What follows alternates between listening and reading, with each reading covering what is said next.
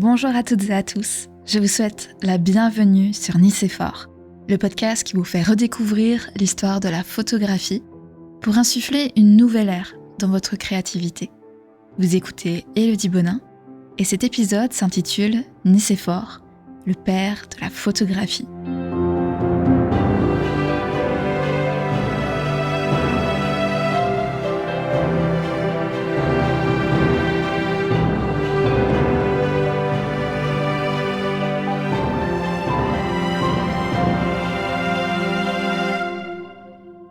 Avant de commencer, je vous invite à vous rendre en description de cet épisode. Vous y trouverez le lien de l'article résumant le contenu à venir, accompagné des photographies et images qui seront mentionnées. Cette ressource vous sera grandement utile pour une meilleure compréhension de l'épisode. Maintenant que tout est dit, c'est parti. En 350 avant Jésus-Christ, Aristote rêve. Ce philosophe et scientifique de l'Antiquité imagine pouvoir percer à jour le secret de ce que nous appelons aujourd'hui la photographie. Bien évidemment, ce terme n'existe pas encore, mais Aristote observe déjà un phénomène qui s'y apparente. Tandis qu'il se tient debout au milieu d'une chambre sombre, il voit apparaître sur un mur une scène peu croyable. Des bâtiments habitent le plafond, des silhouettes semblent s'y promener et des oiseaux volent au sol. Ébloui par un tel spectacle, il ne peut être que bouche bée et rêve pouvoir fixer cette image à jamais pour le faire connaître aux générations futures. Mais vous vous doutez bien, sa rationalité de scientifique prend rapidement le dessus. Cette image n'est pas apparue par magie, elle doit bien venir de quelque part.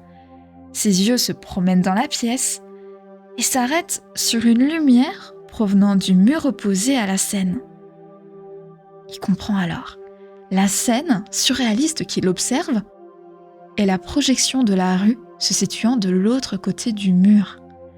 Et c'est un trou de seulement quelques millimètres qui permet à la lumière du soleil de transposer cette réalité dans cet environnement sombre et neutre.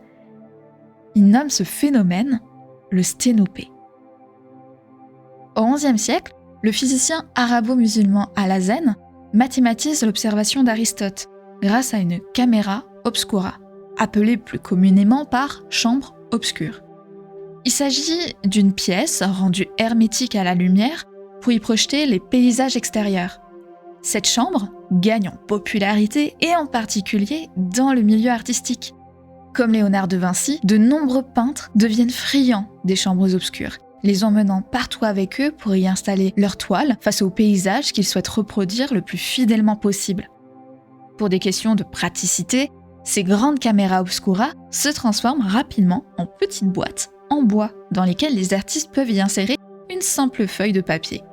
Un objet que l'on peut désormais apparenter à la première boîte photographique, même si à l'époque, elle garde le nom historique de chambre obscure. Et le rêve d'Aristote n'est pas mort.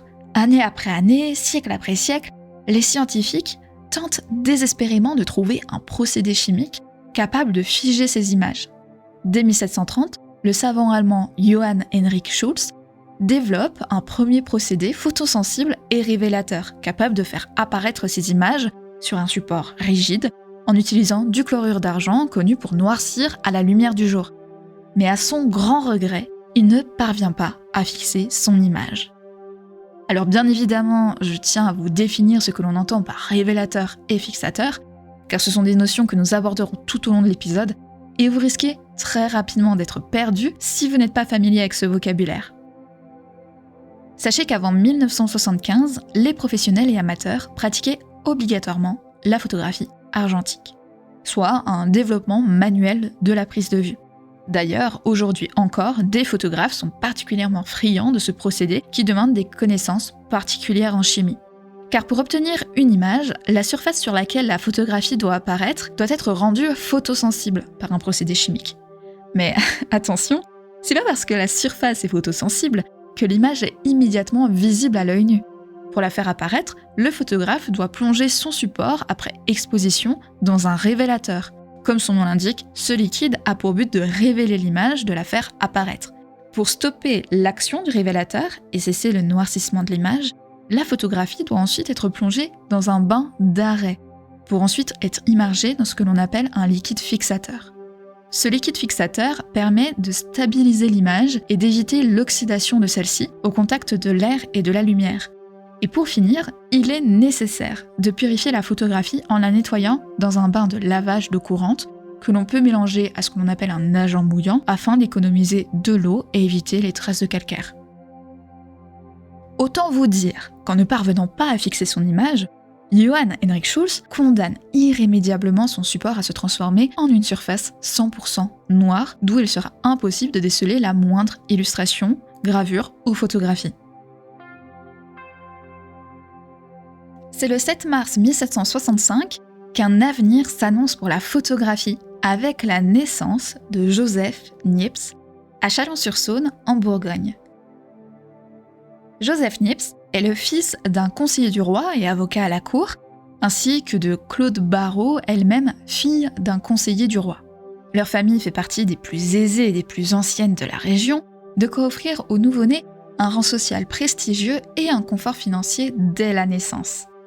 Alors nous connaissons peu de choses sur son enfance, si ce n'est son caractère farceur et son attachement à la politique et à l'histoire. Arrivé à l'âge adulte et jusqu'à ses 30 ans, Joseph voyage dans toute la France, enchaînant les déménagements. D'Angers à Nice en passant par Troyes, Joseph voit du pays. Durant cette période de sa jeunesse, il s'interroge sur son avenir et la possibilité d'entrer au séminaire afin de devenir prêtre. Mais confronté à la Révolution française et à la guerre napoléonienne, il préfère s'impliquer politiquement et intégrer l'armée révolutionnaire. Cette dernière est une armée de défense révolutionnaire intérieure mise en place en 1793 lors des insurrections fédéralistes. C'est à cette période marquante de sa vie qu'il décide de se faire appeler Nicéphore. Ni lui ni aucun proche ne nous a laissé de traces pour nous expliquer un tel choix. Heureusement, l'origine grecque de ce surnom nous éclaire, à savoir porter la victoire. Arrivé à Nice, il fait la rencontre d'Agnès Romero, avec qui il se marie en 1794, et c'est après 2 années d'union et de vie commune que la famille s'agrandit en accueillant leur fils unique, Isidore, en 1796. Âgé de 40 ans, Nicéphore décide de retourner vivre avec sa famille dans une propriété familiale à Saint-Loup-de-Varennes, une commune proche de Chalon-sur-Saône. Et ce déménagement lui permet surtout de se rapprocher de sa mère, de ses frères et sœurs, et en particulier de Claude, son frère aîné. Claude nous intéresse particulièrement parce qu'il est un inventeur en pleine recherche sur son invention du moment, le pyréolophore. Alors bien que le nom de pyréolophore nous soit totalement étranger, son usage l'est beaucoup moins étant donné qu'il s'agit du premier prototype de moteur à combustion. Et par ailleurs, pour la petite astuce, il s'agit de ce même prototype que Rudolf Diesel remet au point des années plus tard et qu'il nomme le moteur diesel. Cette invention ne ménage pas Claude. Il propose donc à son frère cadet Nicéphore de l'aider dans ses recherches. Et bien évidemment, son frère accepte sans hésiter. En mettant les pieds dans les recherches de Claude, Nicéphore prend goût à l'invention et décide de mener ses propres recherches. Il va tout d'abord s'intéresser pour améliorer le dispositif de pompage de la Seine, puis va se tourner vers la culture du pastel. Mais c'est surtout l'année 1816 qui nous intéresse, car c'est cette même année que Nicéphore, alors qu'il a 51 ans, entreprend ses premières recherches de procédés chimiques photographiques que son cousin Germain nommera plus tard héliographie.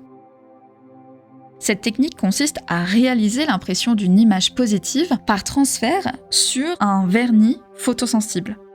En 1825, soit 9 ans après le début de ses recherches, il réussit à figer, sur une plaque de cuivre, une mise en scène intitulée « La table servie ».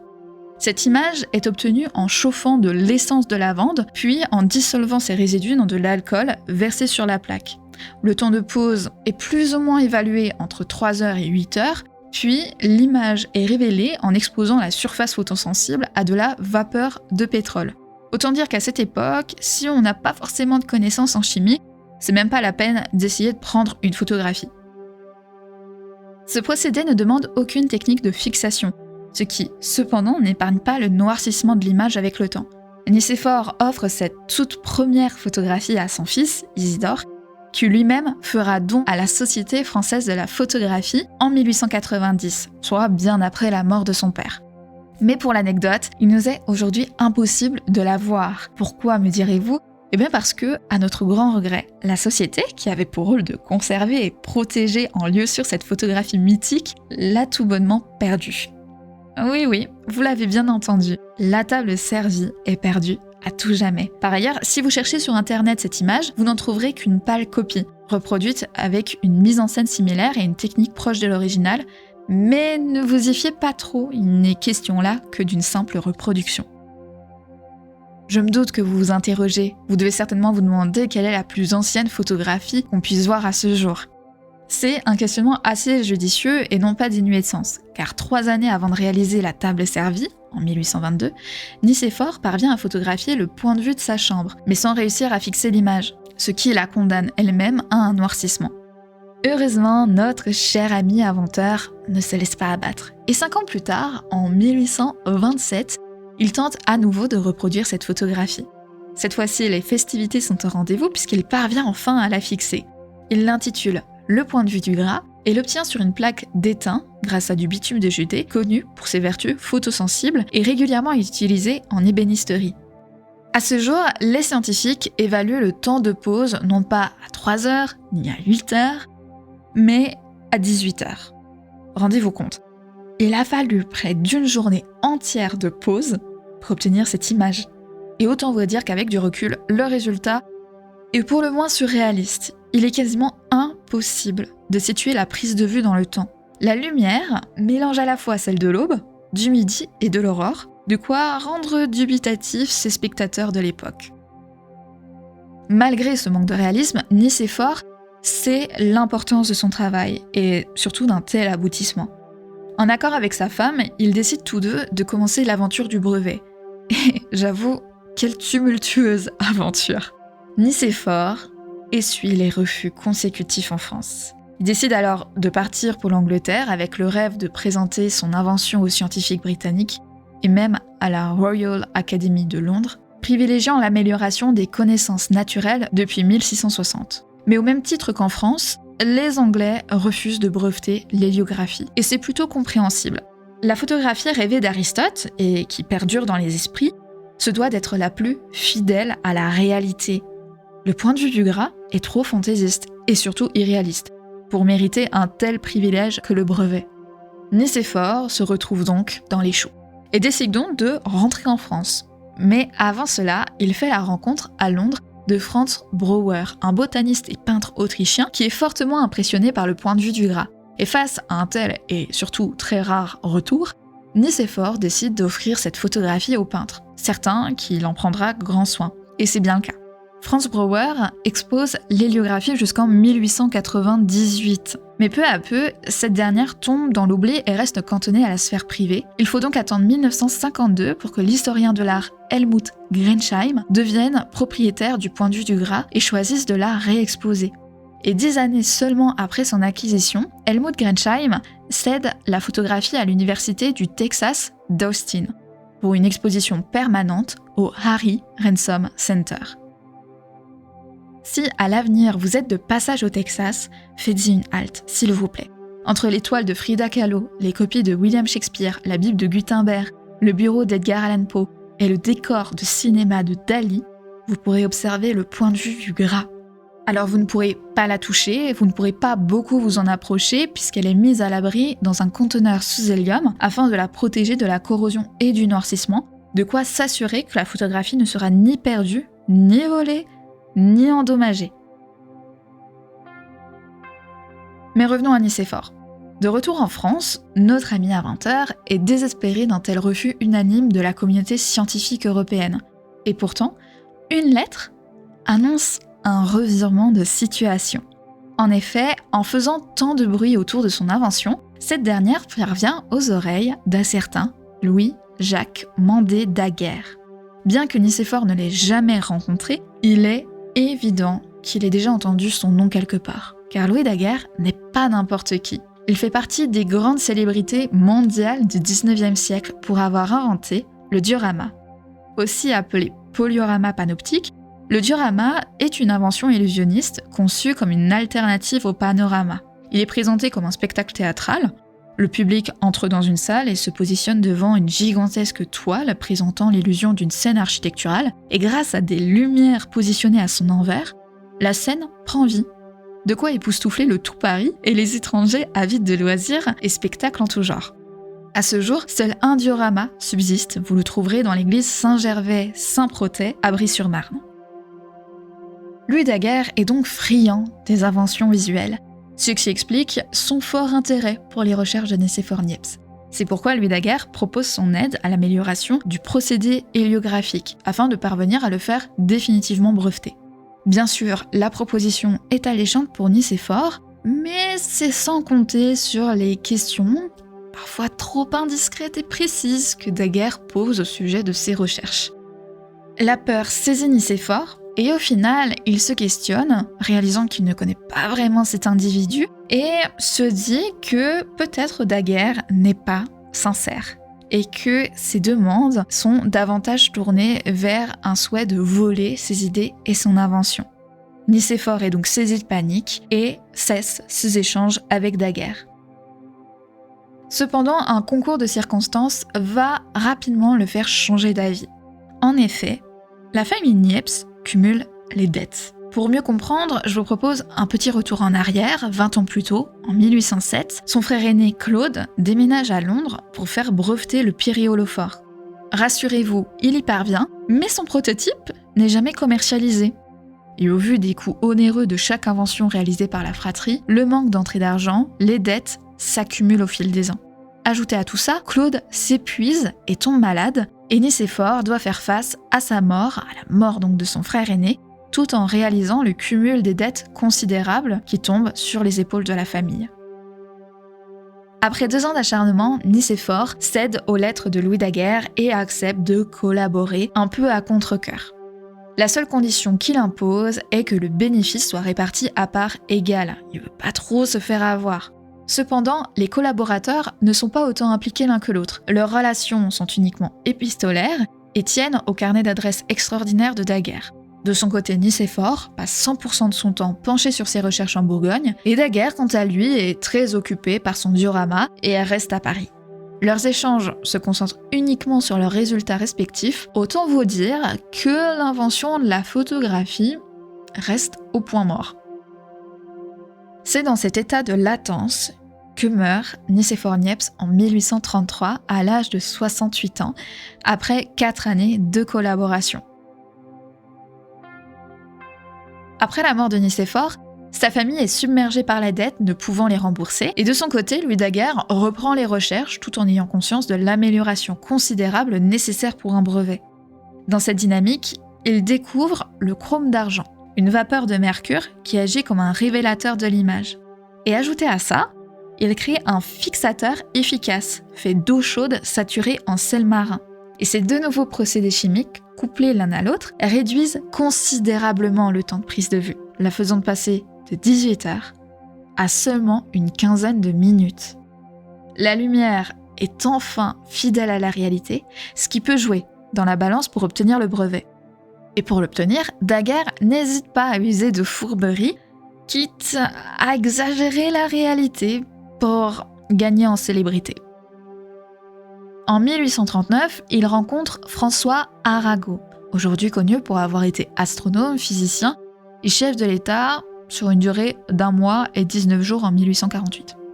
Il lui présente officiellement l'invention qu'il nomme, accrochez-vous, le daguerréotype. Car oui, a priori, il s'agit de son invention.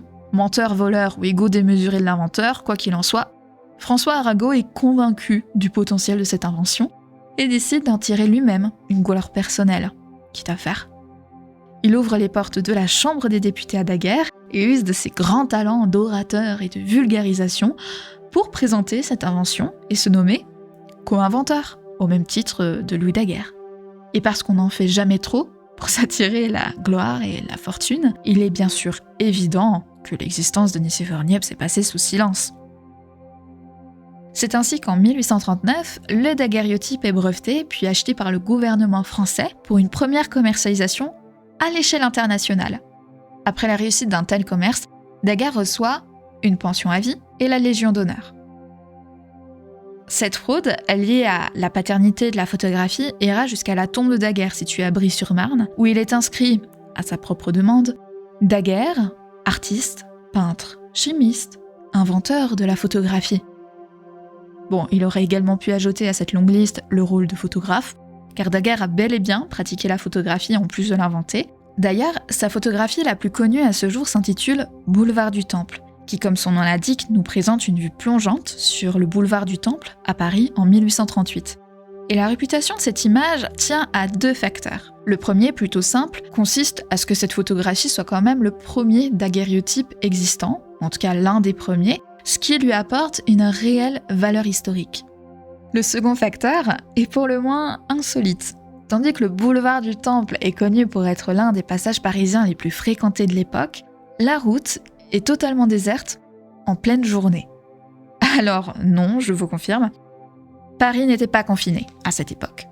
Cette rue déserte est due à la longue exposition de l'image, résultant de près de 10 voire 15 minutes de prise de vue, ce qui signifie que les objets en mouvement, comme les piétons, sont trop rapides pour être visibles sur l'image. Et malgré ce fait technique, il y a pourtant un personnage visible sur la photographie. Il s'agit d'un homme se faisant cirer les chaussures. Son apparition est due au fait que, pour se faire cirer les chaussures, la personne doit rester immobile durant de longues minutes, permettant ainsi à l'individu d'apparaître sur la plaque. Dès 1839, cette nouvelle industrie de la photographie donne naissance aux premiers studios photo, mais surtout et avant tout aux premières querelles entre photographes et peintres.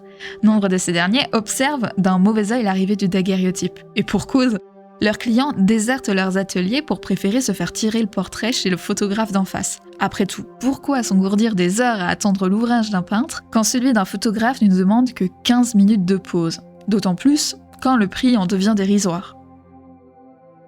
Spectateur d'un tel engouement, vous vous doutez bien, François Arago jubile. Mais c'est sans savoir que de l'autre côté de la Manche, un autre homme, pour sa part, rumine. Il s'agit de William Henry Fox Talbot, un botaniste britannique aussi connu pour ses talents de philosophe, archéologue, physicien, mathématicien, mais aussi peintre et illustrateur. Depuis le début de sa carrière, Talbot utilise une caméra obscura afin de s'aider à la réalisation d'esquisses de paysages. Lui aussi partage le rêve de révolutionner l'ère de l'illustration en fixant ses images sur le papier sans passer par un procédé manuel. Et motivé par la faisabilité de son rêve, Talbot commence lui aussi des recherches chimiques en 1833.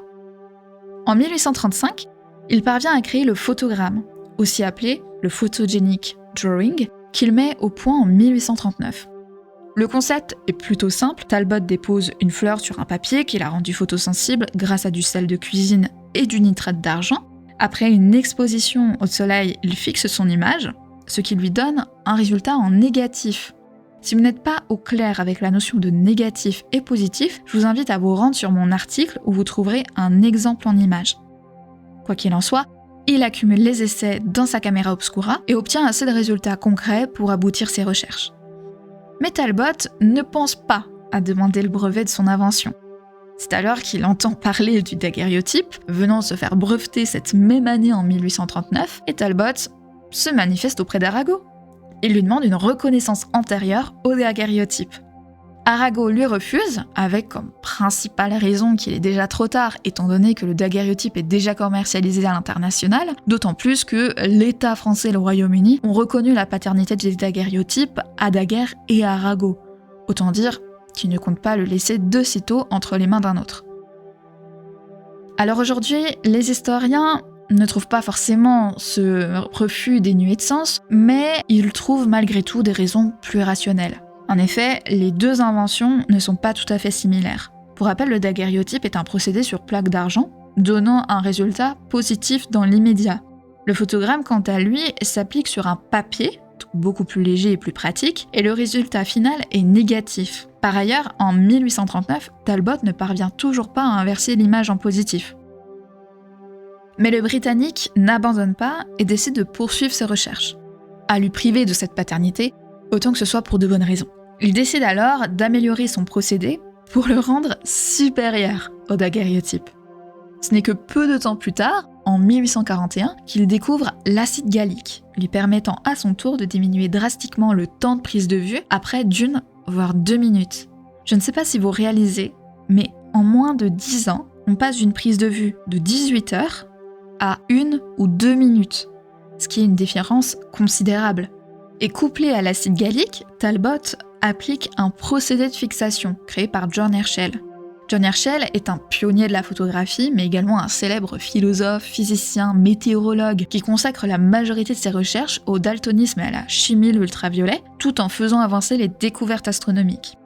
John Herschel a la particularité d'utiliser comme fixateur un mélange d'hyposulfite de soude et de thiosulfate de sodium.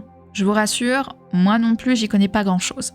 Quoi qu'il en soit, c'est ce même procédé qui est encore utilisé de nos jours en laboratoire, empêchant la corrosion et le noircissement des photographies. En alliant son révélateur au fixateur de John Herschel, Talbot donne naissance à sa nouvelle invention, le Talbotype.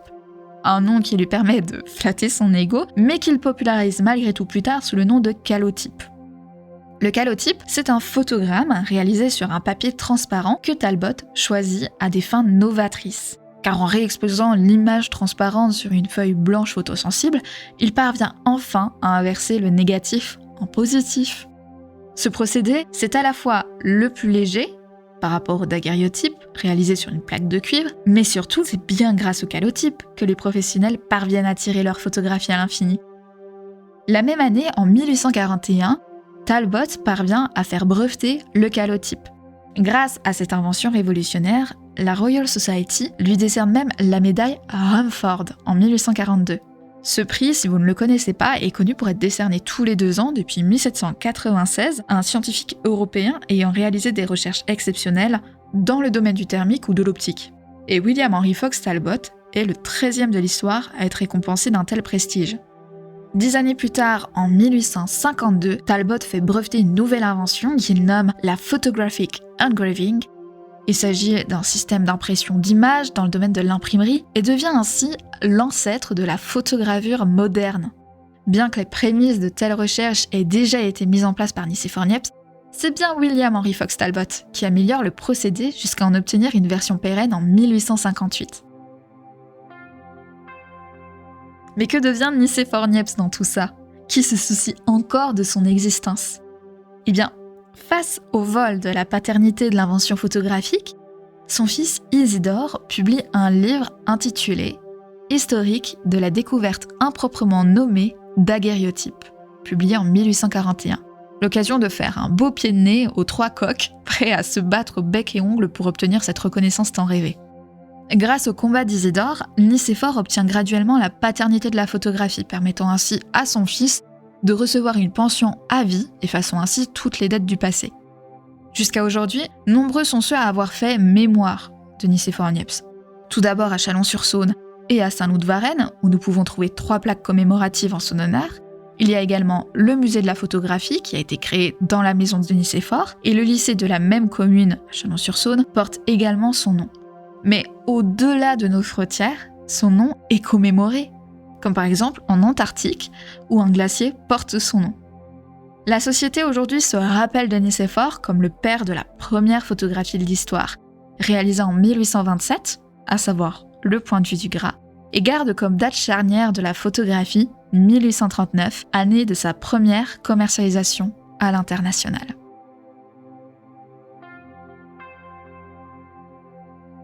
Merci d'avoir écouté ce tout premier épisode de Nicéphore. Avant de partir, je vous invite à laisser des étoiles et un avis, sans oublier de rejoindre la communauté de ce podcast sur Instagram et Discord. Si vous souhaitez soutenir et faire perdurer Nicéphore Podcast, vous pouvez rejoindre mon Patreon à hauteur de vos moyens, vous donnant ainsi accès à des épisodes exclusifs ainsi qu'à la revue trimestrielle du média. Je vous donne rendez-vous dans 2 semaines pour un nouvel épisode historique et photographique. D'ici là, prenez soin de vous et n'oubliez pas, pour être inspirant, il suffit d'être inspiré.